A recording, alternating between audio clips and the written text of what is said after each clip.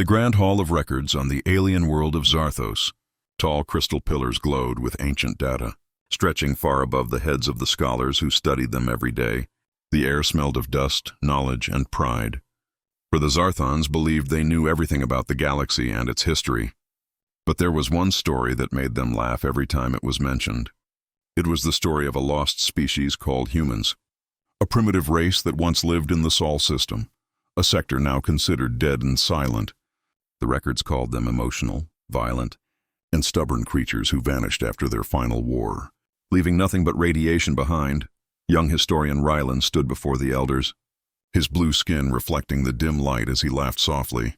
Humans, he said, are nothing but an old myth, told by traders who drank too much plasma ale. The crowd joined in the laughter, the sound echoing between the crystal walls. To them, humanity was a joke, a ghost story for children, yet deep inside, Rylan always felt a strange curiosity about them. He often stayed late in the archives, reading old star charts and half-broken files that mentioned Earth, the blue world that once shimmered with life. The more he read, the more uneasy he became. Something about those records didn't feel like fiction. One night, while scanning through ancient probes recovered from forgotten sectors, Rylan discovered something unusual. A faint signal, weak, broken, but repeating. It came from the Sol system, a place marked on maps as Extinct Zone. The signal pattern was not alien. It matched the frequency of old Terran military codes. At first, Rylan thought it was a machine error. He recalibrated the scanners, ran it again and again. The same signal appeared, repeating like a heartbeat, steady and patient. His hands trembled as he checked the code translation. It said only one thing: observation complete. Humanity endures. Rylan froze. His pulse quickened. His mind told him it was impossible. But his instincts whispered something else: truth. He saved the data and ran to the council chambers, bursting through the high doors. "Elders," he cried, "the Sol system is not silent." "There's a signal repeating there." The council members turned toward him, their long robes flowing as they murmured. One of them, Elder Varatan, spoke with calm disbelief. "You bring us ghost stories, boy," he said. "That system is cursed. Nothing lives there." "But the signal," Rylan insisted. "It's real. It's structured. It carries human code." The room filled with uneasy whispers. Some laughed, others frowned. No one wanted to believe him. For 10,000 years, the galaxy had ruled itself under the council, and the myth of humans had become nothing more than entertainment.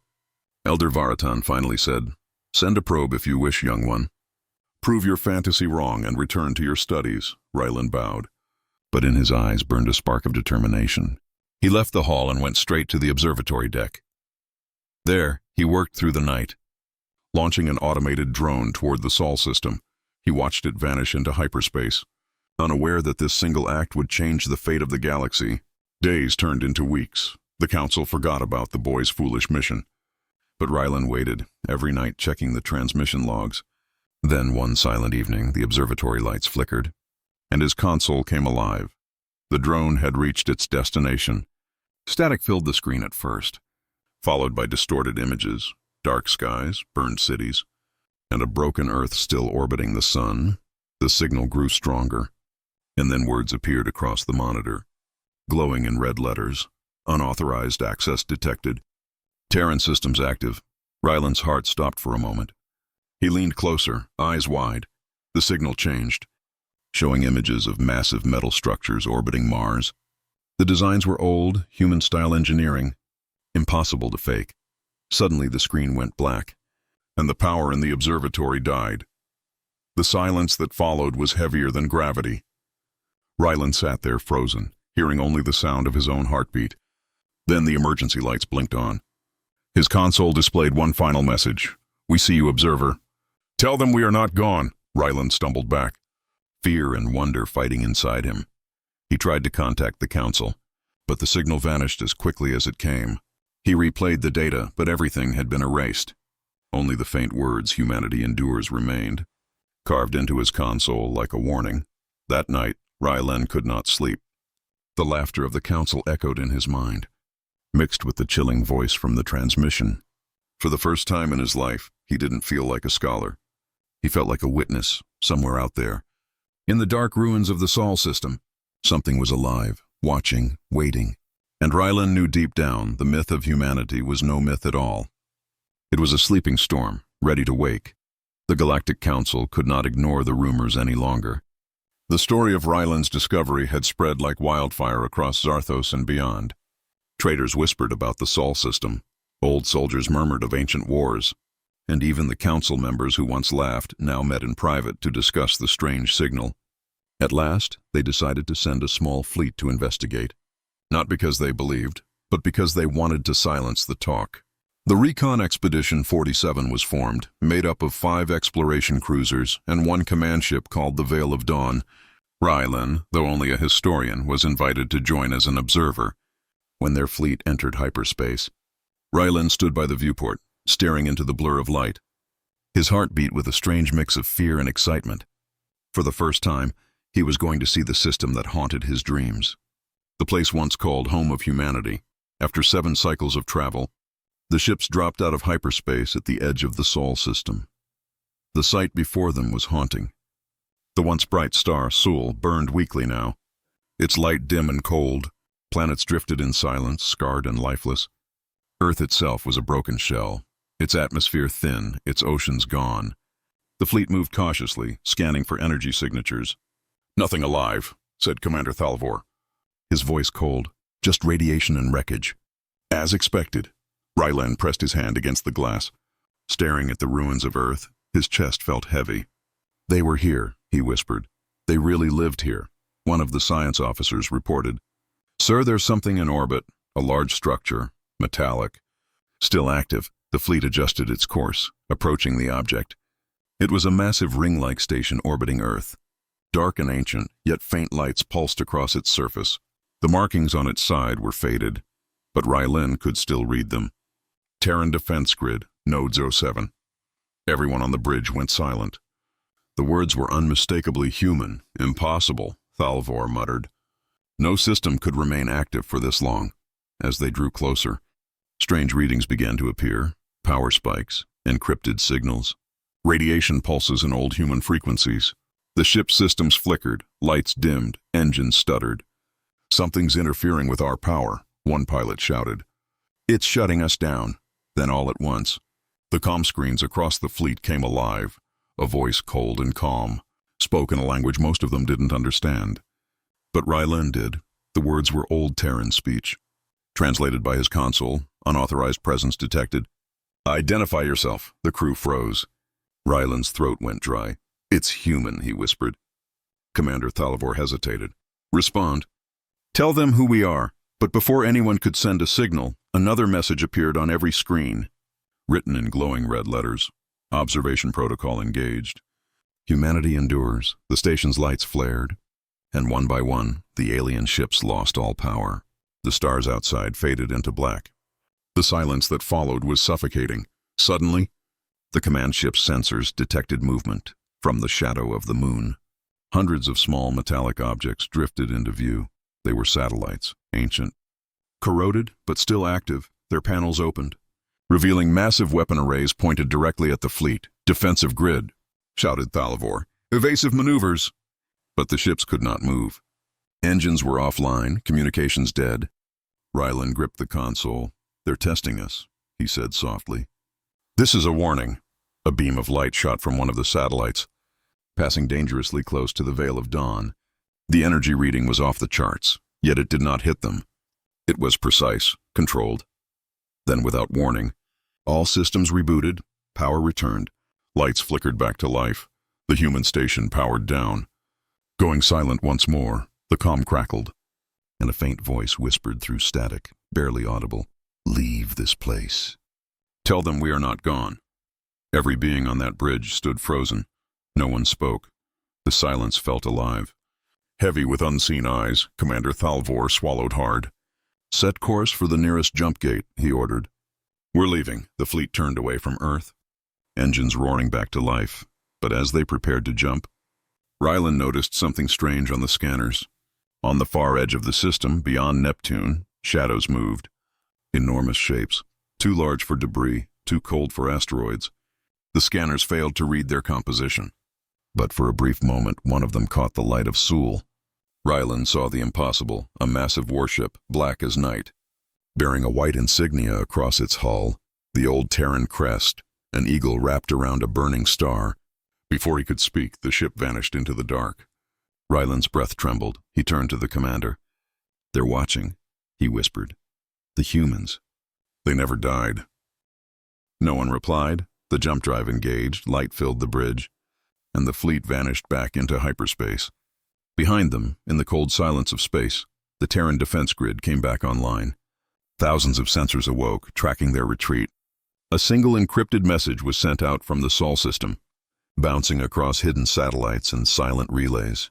Phase 1 complete, observation successful. Far away, in forgotten corners of the galaxy, dormant fleets began to stir. The myth of humanity was awakening. When the recon fleet returned from the Sol system, the galaxy shook with fear and curiosity. Every planet, every empire wanted to know what they had seen, but the Council silenced them. The fleet was ordered to secrecy, the data locked away, and all crew members sworn to never speak of what happened. But Rylan could not forget. The voice still echoed in his mind. "Tell them we are not gone." He dreamed of black warships moving like ghosts beyond Neptune, of eyes watching from the dark. He knew that something powerful was awakening. And soon the galaxy would see it too. Weeks passed in tense silence. The Council denied everything, claiming the Sol system was empty, but small signs began to appear. Trade ships reported unknown energy readings near the outer sectors. Mining colonies vanished without distress calls, and strange shadows were seen near jump gates. At first, no one believed it. They said pirates or natural anomalies, but the reports grew. A merchant convoy claimed they were hailed by a voice in an ancient language. The transmission said, "This sector is under Terran protection." Then their signal cut out. Rylan was called back to the Council. The chamber felt colder than before. Elder Varatan looked older. "Worried, historian," he said. "Tell us what you know of Terran warships." Rylan's heart skipped. "They were legendary," he replied. "Massive ships built for defense, not conquest. They could disappear for centuries, powered by something called dark fusion." The elders exchanged uneasy glances. "Then it is true," Varatan whispered. "They have returned." Suddenly, alarms blared across the city. The skies of Zarthos turned red as emergency sirens echoed. Every communication screen lit up with the same signal. An unknown fleet had appeared at the edge of their system. The military scrambled their defenses. Fighters launched, cannons armed. But when the fleet came into view, silence spread through every command deck. They were black, colossal, silent ships, moving with impossible precision. No known species built vessels like these. Sleek, sharp, armored like shadows, and on their sides, the same white emblem burned bright. The eagle wrapped around a burning star. The Terran crest. The voice came through every channel. Calm, deep, commanding. "This is the Terran vanguard. Identify yourselves." No one moved. The commanders stared in disbelief. Elder Varatan whispered, "By the suns." "They're real," the alien fleet responded with confusion. "This is the Galactic Council vessel. We come in peace." There was silence. Then the human voice returned. "Peace was given once, but arrogance took it away. You called us myths. Now remember who we were." Every ship's system froze, their engines disabled by invisible interference. The humans didn't fire. They didn't need to.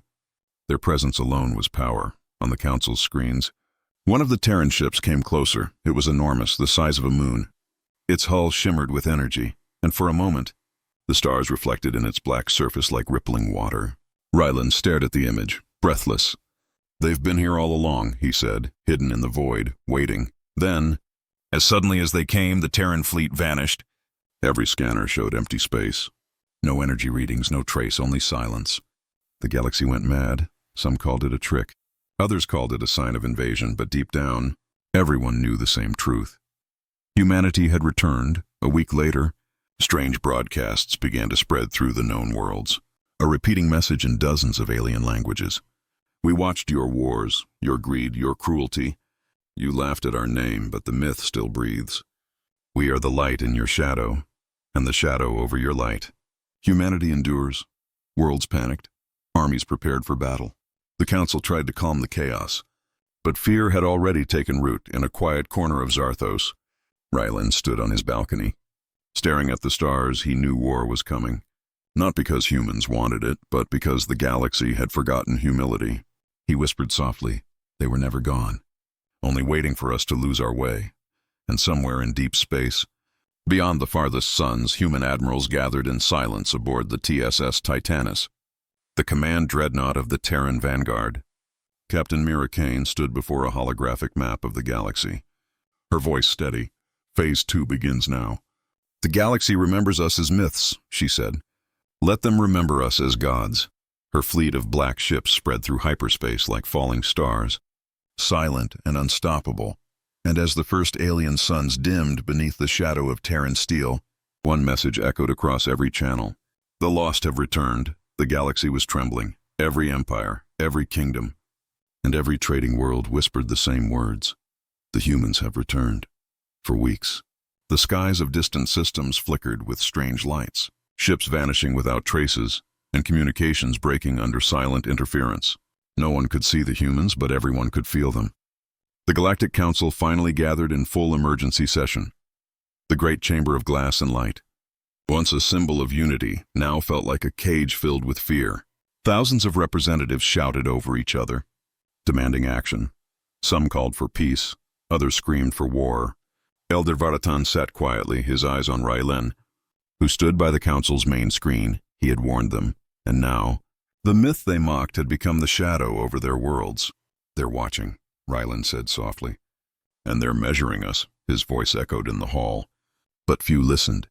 The council voted to act, to show power.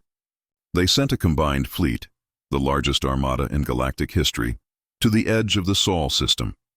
It carried ships from 27 species, millions of soldiers, and the arrogance of a civilization that had never known fear. When the armada reached Sol, the system was silent again. No transmissions, no movement, only the faint light of a dying sun. The commanders laughed, thinking the humans had run. Then, the stars began to fade. At first, they thought it was a sensor malfunction, but one by one, their ships reported the same thing. Their suns were dimming, their light fading. Across the galaxy, every star connected to Terran observation networks began to darken. Massive shadows filled the skies, black silhouettes blocking the suns of dozens of worlds. They were ships, Terran dreadnoughts, thousands of them, each larger than a moon. Their hulls shimmered like living metal, absorbing light, reflecting nothing when they moved. Gravity itself seemed to bend around them. On the bridge of the Council flagship Solar's Edge, the Admiral stared in disbelief. "By the stars," he whispered.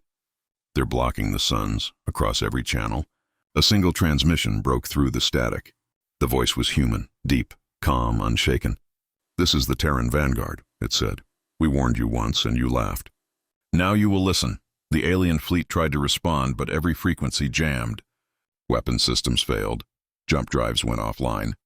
The humans had taken control of their entire grid in seconds. Rylan, watching from the observation chamber on Zarthos, felt his blood run cold. He could see the images broadcast live, suns covered, planets cast in darkness, and the silent Terran Armada waiting. Another message followed. "We do not come for conquest. We come for remembrance. You forgot who we were. Now you will remember then." From the lead dreadnought, the TSS Titanus, a projection filled the skies of every world. A woman appeared, Admiral Mira Kane, her eyes sharp as steel, her voice calm and heavy. "For 10,000 years you built your empires on the bones of forgotten worlds," she said. "You erased the name of humanity from your records. You called us myths. But myths have long memories." The fleet shifted formation, thousands of ships aligning in geometric precision, forming a massive ring around each sun they blocked. The light of those stars refracted through their energy shields, glowing red and gold like burning halos. For the first time in millennia, the galaxy saw the full might of human engineering, beautiful, terrible, and unstoppable. On alien worlds, people fell to their knees, believing gods had returned. But Admiral Kane's voice continued. "We are not gods," she said. "We are what you made us, the result of exile, silence, and survival." Suddenly, hundreds of smaller human vessels emerged from the shadows, sleek frigates and carriers bearing the same white crest. They released drones that scattered across systems, disabling weapons, cutting power grids, and broadcasting a single symbol, a white star burning over darkness. Panic spread through the alien fleets. Commanders screamed for retreat. But hyperspace gates would not respond. The humans controlled everything: light, power, and fear itself. Rylan turned to Elder Varatan, his voice shaking. "They could destroy us all," he whispered. Varatan nodded slowly. "No, historian, they could. But they have not." On the council screen, Admiral Kane looked directly into the camera. Her final words echoed through every world. "Humanity does not seek your surrender," she said. "Only your understanding." The galaxy laughed at the myth of humanity. "Now look upon your skies and see why we were never truly gone." And as her image faded, the Terran fleets began to move again. Slowly, gracefully, they turned from the suns they had blocked, allowing light to return, but every star now shimmered slightly dimmer. A reminder that humans had touched it. The Armada drifted back into the void, silent and unchallenged. Only the message remained, carved across every data network in the galaxy. Observation complete. Phase 3. Begins. Rylan stood beneath the night sky of Zarthos, staring at the faint glimmer of the distant sun. He whispered quietly, "When suns went dark." The galaxy finally saw the light. The galaxy was silent. After the Terran fleets vanished back into the darkness, every world lived in fear and wonder. For the first time in 10,000 years, the Galactic Council did not speak. They listened. Empires paused their wars. Pirates hid their ships, and even the stars seemed quieter. Rylan sat in his small chamber on Zarthos, surrounded by books and glowing archives. He had written everything he witnessed, every message, every word from the Terran transmissions. He knew the galaxy would call him a fool again. But this time he didn't care.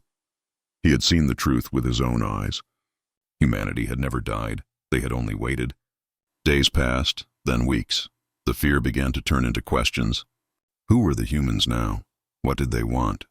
No one dared to send scouts or fleets near the Sol system again. But strange transmissions began to spread through the network. Soft voices, calm, human voices. "The darkness was our cradle," one message said. "The silence was our shield. We watched. We learned. We endured." The messages carried no threats, no demands, just facts, reminders of who they once were. The council gathered once again, fewer this time, quieter. Rylan stood before them with a data crystal in his hands. "Honored elders," he said, "you must record this. The myth is no longer a myth. Humanity has returned." Elder Varatan leaned forward, his old eyes heavy. "And what do they want from us?" "Young one," Rylan shook his head slowly. "Not war, not power. They want remembrance. They want us to know they were never gone." Before the council could respond, the chamber lights flickered. Every screen in the Hall of Records came alive, displaying the symbol of the Terran crest, the eagle, and the burning star. A transmission began, reaching every corner of the galaxy. Admiral Mira Kane appeared once more, her presence calm but unshakable. Her voice echoed across worlds. "We were the myth you mocked, the story you forgot," she said. "When we fell, you watched. When we rose, you looked away, but we never stopped." She paused, her gaze cutting through the endless stars. "Humanity is not your enemy. We were the mirror you refused to see." Now the mirror has been turned. Behind her, the Terran fleet shimmered like black fire. Thousands of dreadnoughts aligned in formation. Each ship carried banners marked with the symbol of unity. Not conquest, but remembrance. The image changed, showing human colonies. Vibrant cities built on once-dead worlds. Children laughing in zero-gravity parks. Soldiers standing beside alien envoys. Humanity had not hidden to destroy. They had hidden to rebuild. Admiral Kane's voice softened. "We do not come to rule, we come to guide. For too long, arrogance has ruled the stars. Let knowledge rule now." Across the galaxy, the message played again and again. On war-torn planets, on mining stations, even in pirate dens, people looked to the stars and whispered the same words. "The humans are back." Rylan watched from the balcony of the hall, the night sky of Zarthos glittering with silver light. He could see faint dots moving in perfect lines across the heavens. Terran observation drones. They did not hide anymore. They moved freely, protecting trade routes, stabilizing wormholes, helping stranded ships. Where chaos once ruled, order followed, silent and efficient. The myths had become guardians. One evening, Rylan received a private signal. A simple message burned across his console. "Rylan of Zarthos, You believed when others did not come to Sol. You are welcome among us. His breath caught, his hands shaking. He looked once at his world, then at the stars. The decision was already made, the following cycle. A small Terran shuttle landed in the capital, its hull dark and shining, its engines silent. A human woman stepped out, tall, scarred, her eyes bright with quiet strength. She extended her hand and said with a smile, "Welcome to the future, historian. The myth is alive." As Rylan took her hand, he felt warmth not from fear but from hope. He looked to the stars and whispered, "So this is how legends return." When the shuttle rose again, thousands watched it vanish into the sky. Some bowed, some cried, none laughed. And from that day forward, the galaxy changed. No longer ruled by arrogance, but by the memory of what once was. Humanity became the silent peacekeepers, the watchers of the stars. Their fleets no longer blocked suns, they guarded them. Rylan recorded the last entry in the Hall of Records. His words were clear, his tone calm. The galaxy laughed at the myth of humanity, he said. But when our fleet blocked their suns, the laughter ended. Humanity had returned, not to conquer, but to remind us who we could be. He closed the record and looked up. Through the crystal roof of the hall, he saw a single Terran ship orbiting high above Zarthos, its lights glowing like a guardian star. And as the night breeze whispered through the hall, Rylan smiled. The myth was no longer a story. It was history reborn, and in that silent moment, the galaxy finally understood. When humans returned, they did not bring war. They brought the light that had been lost to the stars.